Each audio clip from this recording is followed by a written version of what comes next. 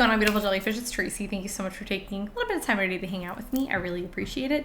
And in today's video, we're going to be talking about colorless staples that you can run in Commander. This is part 4. I will be listing the other parts in the down bar below, and we will talk about 10 additional cards that you can run in all or a variety of different Commander decks. These are cards that kind of work in pretty much almost everything that you're planning on doing in Commander. Really great staples that you can run. And I think that's about it. Let's just jump on into it, shall we? The first card is Nyx Lotus, and it's funny because I think I kind of slept on this card a little bit. Like, it came out, and then I sometimes just like forget about cards, especially too if it's a set that I only I don't want a lot from, and I tend to not make a wish list, and then I forget.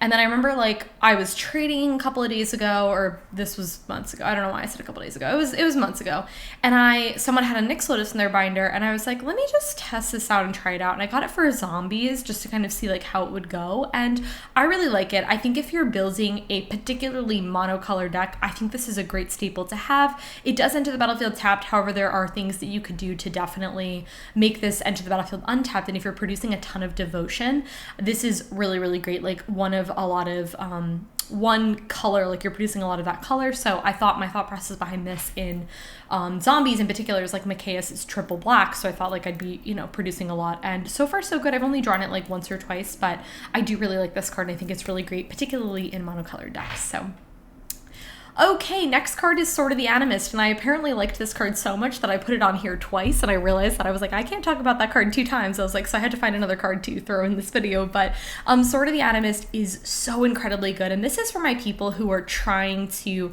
ramp out, but maybe it's a little bit of a struggle because you don't have a lot of cards that will get you lands out of your deck, or you're playing colors that it's just a little bit more challenging for you to do that, because some of the colors, it can get a little bit tricky for red or something like that, where you're trying to accelerate, but it's a little bit on the harder side. Sword of the Animist is a good card to do that, and I like that it says whenever it attacks. Also really easy to equip. It's 2 and then 2, and there are a bunch of ways if you're playing this in white or something like that can equip for free, which is really cool. And whenever it attacks, you may search a library for basic land, and it goes onto the battlefield tapped, which I really, really like this card a lot. This card is really cool. It's a little bit on the pricey side, but definitely worth it if you're looking to get a bunch of lands out of your deck. I love this card. Okay, moving on to one of my personal favorites, mana acceleration in Commander, and that is the Talisman cards. These are actually pretty new to me in the sense of I've been a little bit late on the bandwagon of discovering these, and these cards are awesome. They also recently just got a reprint in the Secret Lair, so a lot of them are really on the cheaper side, which is really cool. You can pick one of them up for $1, $2, $3, $4 right now, which is really cool. These cards are awesome. What I really love about these is, number one, they don't enter the battlefield tapped. Number 2, they're only 2 mana. Number 3, they had colorless to your pool, so my biggest thing is always using that first. However, if I need to, I can have it tapped to add one of those 2 colors to my pool. I do take a damage, but to be honest with you, your commander is 7 million in Commander. Does it really matter? Your life total doesn't really matter as much in that sense. So I love the Talisman cards. 2 through 5 color decks, I think they're great. I have a full playset in my 5 color ladies deck, and I love it. Okay, this is from people who like to draw magic cards, aka myself, and that is Spellbook. You bet that I have probably 3 of this card, maybe even 4, I don't know. I have this in a lot of my decks because I love to draw cards. That's one of my personal favorite things to do. And if you like to draw cards, Spellbook is a really cool card to let you do that. And on top of that, it's only 0 mana, which is really cool. So I really like this card a lot. I think it's really cool. I tend to run a lot of ways of giving myself no maximum hand size, and this is one of the things. I like it. It's a free spell. Who doesn't like free? Okay, I have a funny story about this card. Okay, next up, we're going to talk about Jeweled Lotus. And by the time that this video is up, you guys should have seen my unboxing, where we unboxed our Commander Legends box, and we actually opened up a non-foil Jeweled Lotus. And funny story about this, for our wedding, one of my good friends, Chuck, had given us a foiled Jeweled Lotus, not the extended border. I fully recognize that that card is $800 for the foil, which is wild. Just a casual Jeweled Lotus foil, but I opened up a regular one, and when we had opened it, when we had gotten that as a gift, since it was only one, I was like, Paul, you can take it, like, it's fine. And so then when I had opened it, it kind of felt like a good, like, karma, like, you gave that to Paul, and so we got to open it, and so Paul was like, you're due, like, I got the foil one, you can get this one. And so I took it and I put it in Angels, and I am so incredibly excited that I own this card, because it's not a card that I would go out and really realistically ever buy for myself, because it's just so expensive, and I just have a hard time spending that much on one card. I could do, like, I can spend $100 on Magic cards if I'm buying more than one, but I have a harder time with those more expensive cards. And so I was just so incredibly excited to open that card. And anyways, I love Jeweled Lotus.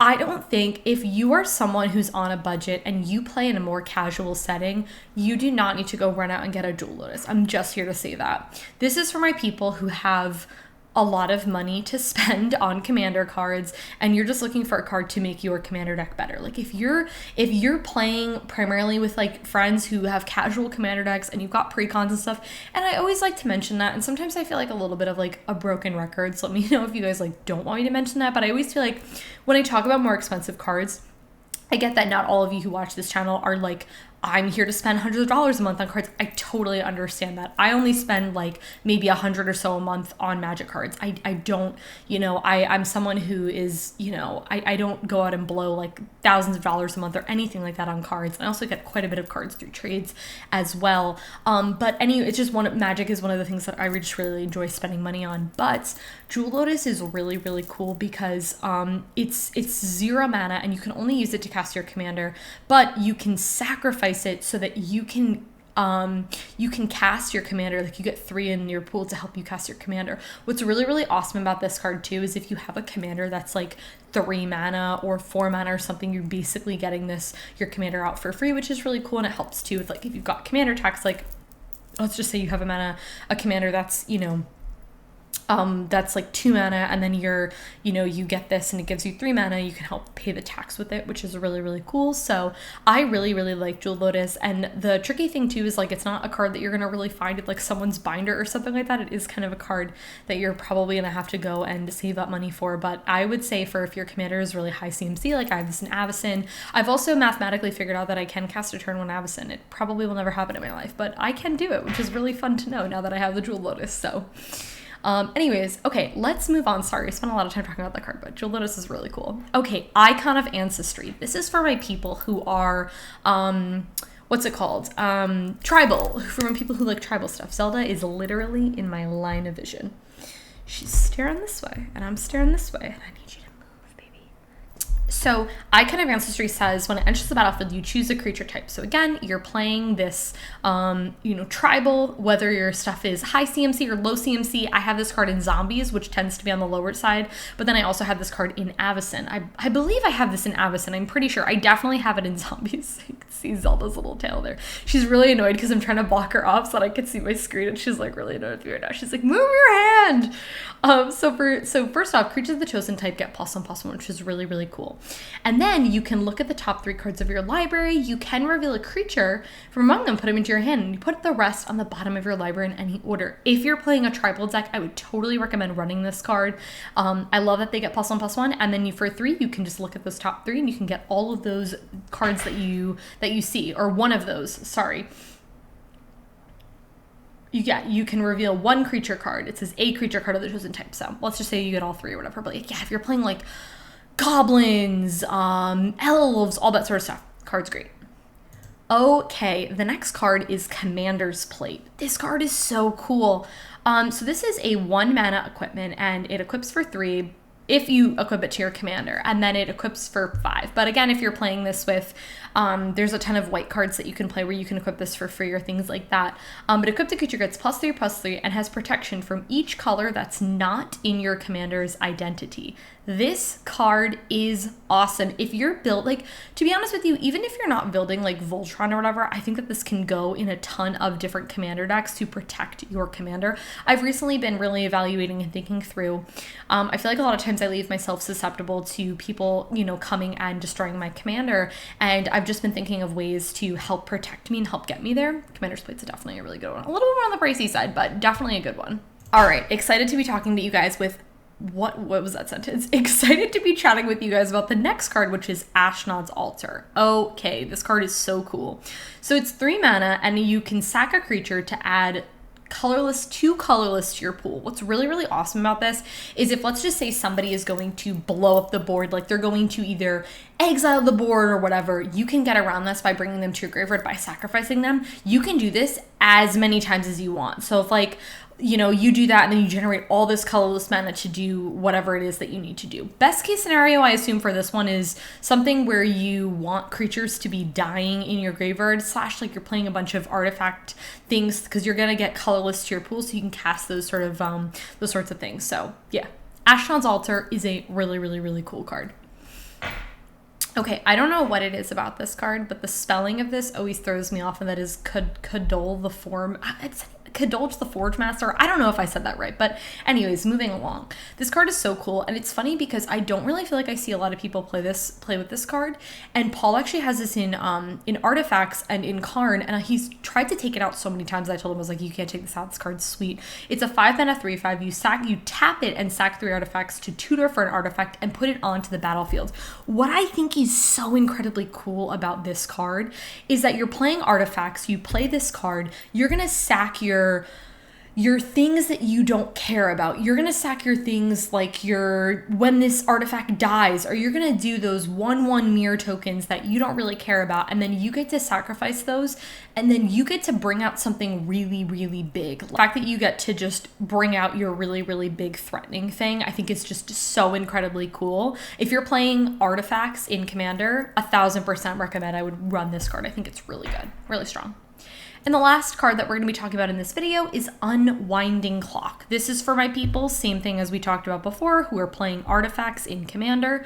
It's 4 mana, and you untap all artifacts you control during each other player's untap step, which is really cool about this card too.